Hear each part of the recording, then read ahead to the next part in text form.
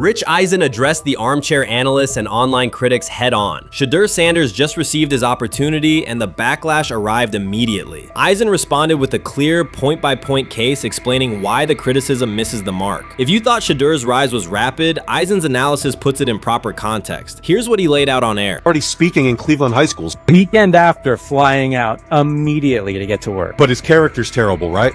You know, and listen, oh, he interviewed bad, you know. According to who? The New York Giants? No offense, Bert. The same New York Giants that gave Daniel Jones a huge contract and let Saquon Barkley out the door. That's the intel we're trusting here? That was for him to celebrate. He just made, I mean, look, he put in work in college. He had the privilege of being coached by his father. Which we all would love and do. Turned around not one, but two programs in college football. And then literally for any athlete, being drafted at the highest level is a success story in itself. Rich Eisen delivered a direct response to the critics. He addressed the online claims reducing Shedeur Sanders to Deion Sanders' son instead of evaluating him as a quarterback on merit. Eisen challenged those assumptions and refocused the discussion on performance, preparation, and opportunity. Say Kenny Pickett had strained his hamstring.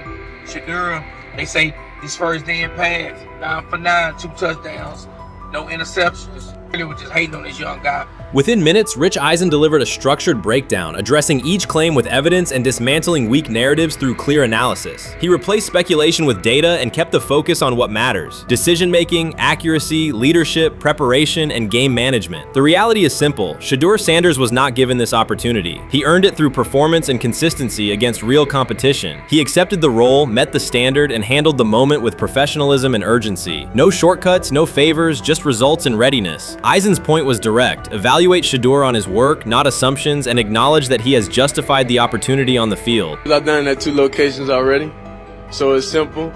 So that's why when people say I'm not, you know, one of the top quarterbacks or the top quarterback, is what are y'all going based off of? Because I did it year after year after year, and you see the progression. So it's like, obviously it got to be some type of external hate that you have for the family, for the last name, for anything, because I know I proved myself. While many were still debating whether he was NFL ready, Shedeur Sanders stepped onto the practice field and operated like a clear QB1, setting protections, controlling tempo, and executing the plan. The narrative that he is just flash, media attention, or his father's influence does not hold up against his work in installs, progressions, and situational drills. What he showed was composure, efficiency, and command of the offense. He processed quickly, protected the football, and delivered on-time throws, demonstrating preparation and control. I'm a firm believer. If I wanted Shedeur Sanders at 2, at worst at 33, of course I already think that he's better than other quarterbacks. Because that's the type of talent, that's where I would have picked him at. And if he was at 2 or 33, and he still had the same exact skill set, we would be talking about him starting and playing. Right. Well, there'd only be 3 quarterbacks. It'd be 3 quarterbacks, not 4. Not 4, yeah. But since he moved to the 5th round, that's cool. They might have to go along with it. But to me, I think if you ask who got the best tools, I'm going with Shedeur Sanders. From the first day of camp, he was not there to get by. He arrived to lead. There was no hesitation in installs, no lapses in fundamentals, just precise timing, clean footwork, and consistent velocity to every level of the field. He managed protections, controlled cadence, and delivered in situational work, showing command rather than learning on the fly. The approach was efficient and disciplined, with attention to detail and progressions and ball placement that reflected preparation, not improvisation. At the same time, Rich Eisen addressed the narrative directly and backed it with evidence. He laid out clips, context, and performance markers to cut through speculation. Eisen emphasized that Shedeur Sanders did not step into this moment because of publicity. He built toward it through sustained work, resilience, and results. The background, media readiness, high football IQ, and a professional approach was developed over years, not days, and it translated to immediate operational control of the offense. The resistance came from familiar places. Some in the traditional guard still framed mobile quarterbacks as limited and expected the nepotism label to define him. That view did not hold up against what was on the field: composure under pressure, secure decision-making, accurate throws into tight windows, and consistent execution in red zone and 2-minute sequences. Eisen's point was clear: evaluate Shedeur Sanders on performance and readiness. The evidence shows he earned the opportunity and is meeting the standard with accountability and consistency. Yeah, teams didn't draft him because they didn't think he was first-round talent.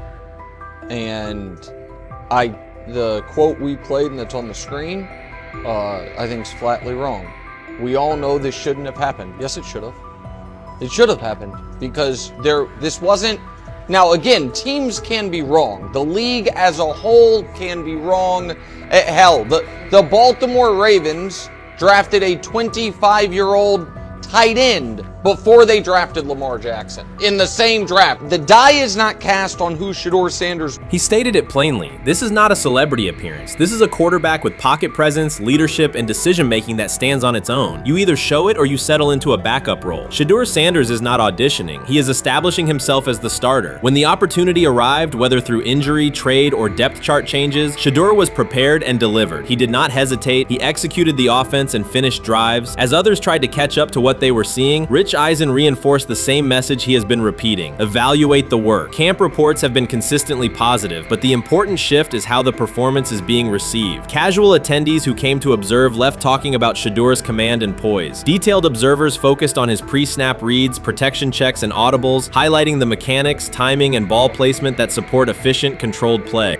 Honestly, guys notice it more when you're out winning games, right? If Cleveland starts off in a bad start, they're not doing well, and all of a sudden Shedeur or Dillon Gabriel are doing well in 7-on-7. They're throwing dimes. And practice drills, the number one defense can't stop them.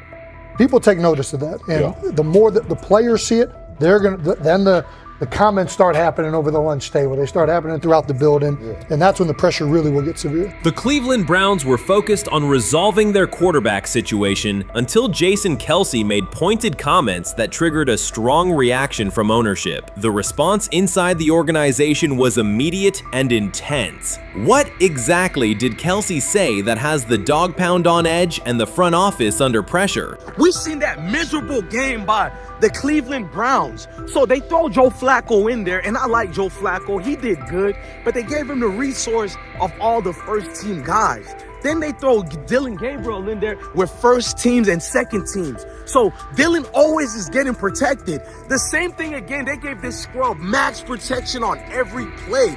Yeah, he completed some passes, but let's talk about his mistakes. He's still inconsistent with his throws, but he at least had max protection. The Cleveland Browns continue to be defined by inconsistency and avoidable setbacks. Even as fans hoped the organization had turned a corner, Jason Kelce, fresh off retirement, offered a direct critique that reignited doubts about the team's direction. His remarks implied the franchise's structure and decision-making remain unstable and recent progress may not hold. The takeaway for leadership is straightforward: identify core issues, align on a coherent plan, and execute with discipline. For supporters, it's another sign that the problems run deeper than a single season. They throw Shedeur Sanders in there with the lowest cab drivers you couldn't even get on 5th Street. And I'm pissed off, bro, because the play calling was abysmal. Look, even if you don't like Shedeur didn't even get a chance to be trash.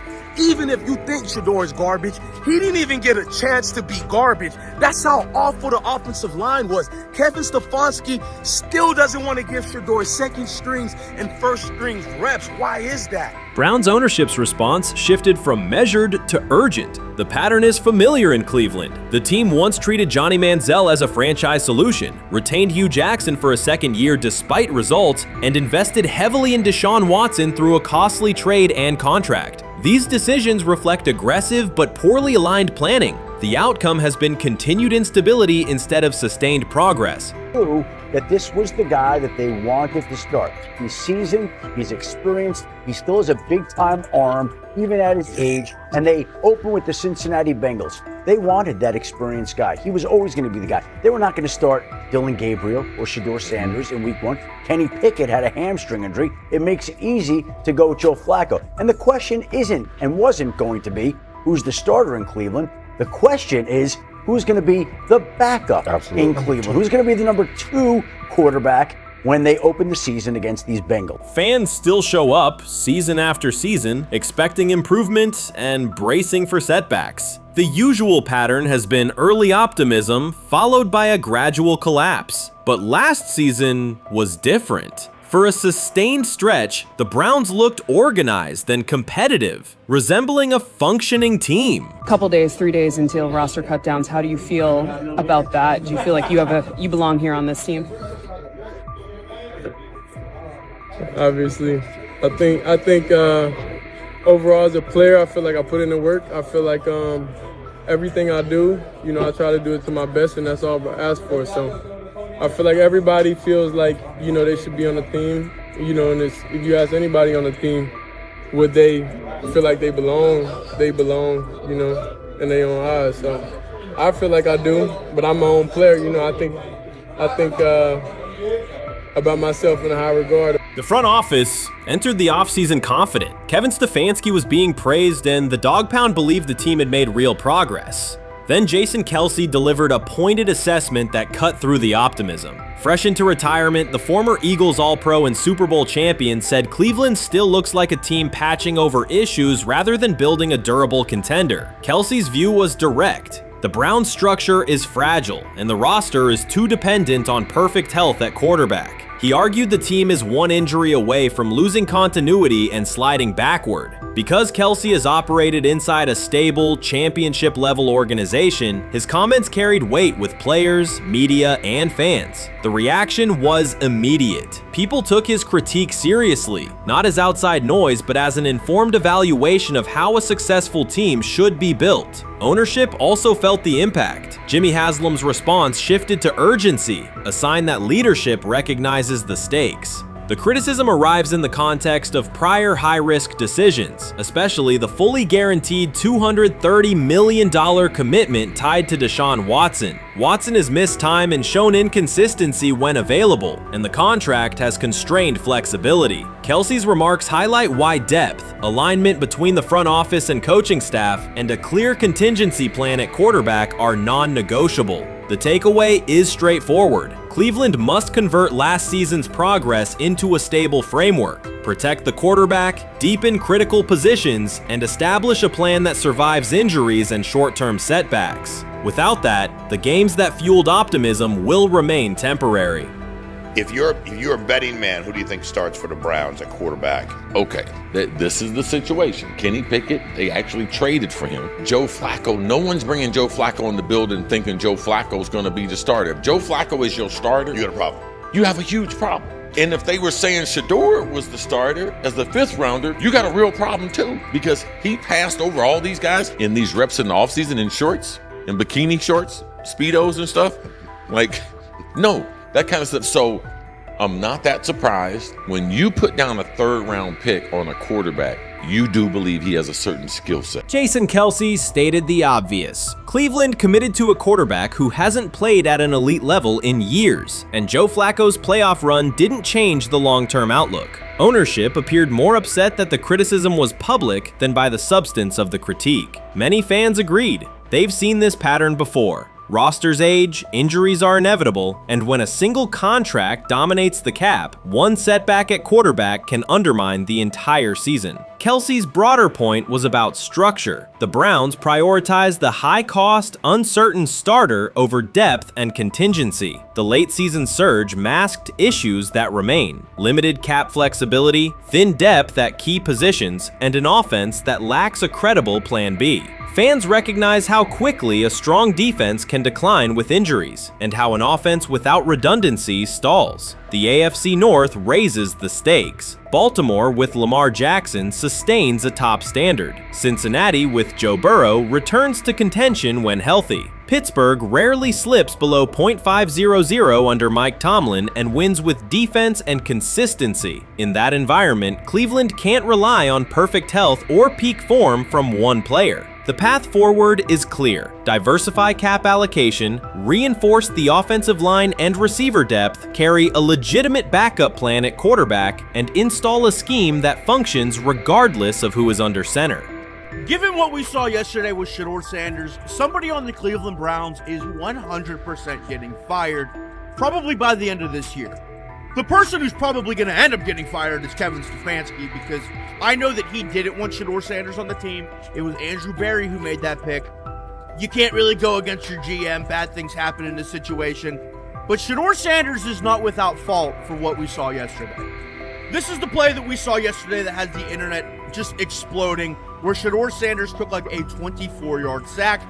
Half of the internet is saying that this is all Kevin Stefanski's fault. Cleveland showed progress last season, but the underlying concerns remain. Jason Kelce highlighted them directly. The Browns' long-term plan is fragile, cap-constrained, and overly dependent on perfect health at quarterback. His comments focused attention on structural issues, roster depth, continuity in coaching, and a sustainable offensive approach, rather than a single hot streak. That criticism resonated because it reflected what many around the league already see. Ownership's reaction underscored the sensitivity. Jimmy Haslam has presided over frequent coaching and quarterback changes, and external scrutiny carries weight when it comes from a respected veteran with championship experience. Kelce's remarks reinforce that last year's Joe Flacco stretch was a short-term solution, not a foundation. The team still needs a durable plan that can withstand injuries and inconsistency. The practical takeaway is clear: stabilize the system, diversify cap usage, and build depth at key positions so the offense functions regardless of who is under center. That includes a coherent development pathway for younger talent such as Shedeur Sanders, with defined practice reps, protection, and scheme alignment. Kelce didn't say anything outrageous. He articulated the gap between a brief surge and a credible long-term contender. Have the faith of a mustard seed, right? Because this is the greatest resurrection since Jesus the Christ, right? Like at some point, Joe Flacco was thinking about getting into TV, right? Joe Flacco didn't have a job, and then now you not only come back and start for the Cleveland Browns late in the 2023 season, but they came back around to you. You're now the day one starter for a franchise that just 2 years ago was in the playoffs. The Browns' quarterback situation remains unsettled. Deshaun Watson was expected to be the long-term answer, but injuries and inconsistent play have prevented him from reaching an elite level. When the team turned to Joe Flacco after Watson's season deteriorated, Flacco immediately lifted the offense and produced results that highlighted the gap between expectations and reality. That a 39-year-old late addition could outperform a $230 million starter was not just a short-term surprise, it raised fundamental questions about roster construction and evaluation. Quarterback depth has been fragile, and the late-season surge masked broader structural problems. Jason Kelce's remarks made that clear. Cleveland is vulnerable if the starter is unavailable, cap flexibility is limited, and the offensive plan lacks a stable contingency. His critique drew attention to leadership and planning as much as on-field performance. Jimmy Haslam's strong reaction reflects the pressure on ownership. The organization has promoted a message of stability and progress, but Kelce's assessment suggested those gains are not yet durable. The path forward requires a realistic approach to the cap, a credible backup plan at quarterback, and a system that holds up regardless of personnel.